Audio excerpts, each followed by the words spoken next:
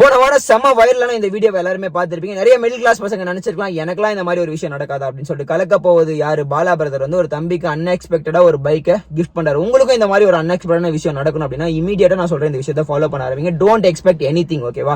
அந்த வீடியோ பாத்தீங்கன்னா ஸ்கிரிப்டெல்லாம் இல்ல, ஃபுல்லாவே உண்மையாவே நடக்குது. ஓகே, அந்த பையன் அப்படியே ஷாக் ஆகிறான், கண்ணீர் விடுறான். இந்த உலகத்துல எவ்வளவு பேர் காசு இல்ல பைக் வாங்க முடியல, ஆனாலும் ஏன் அந்த பையனுக்கு வாங்கி கொடுக்கணும், அவருக்கு என்ன வந்ததுன்னு அவருக்கே கண்டிப்பா தெரிஞ்சிருக்காது. ஓகே, அதான் உண்மை. ரெண்டாவது, அந்த பையனுமே எக்ஸ்பெக்ட் பண்ணல.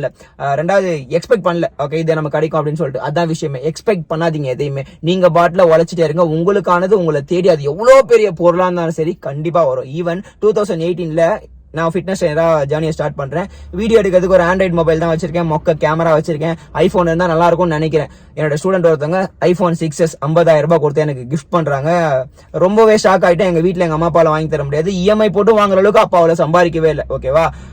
எக்ஸ்பெக்ட் பண்ணல. ஆனா எனக்கு தேவை இருந்தது, உங்களுக்கு தேவையானதா இருந்தது, உங்களுக்கானதா இருந்ததுன்னா அது எவ்வளவு பெரிய பொருளா இருந்தாலும் யார் மூலியமாவது உங்ககிட்ட வந்து கண்டிப்பா சேரும். So please don't worry. எதையுமே எக்ஸ்பெக்ட் பண்ணி உட்காராதீங்க.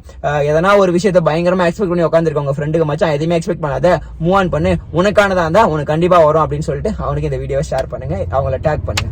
ஃபைனலி கோச் மாதிரி fit Tamizha cool. Love you.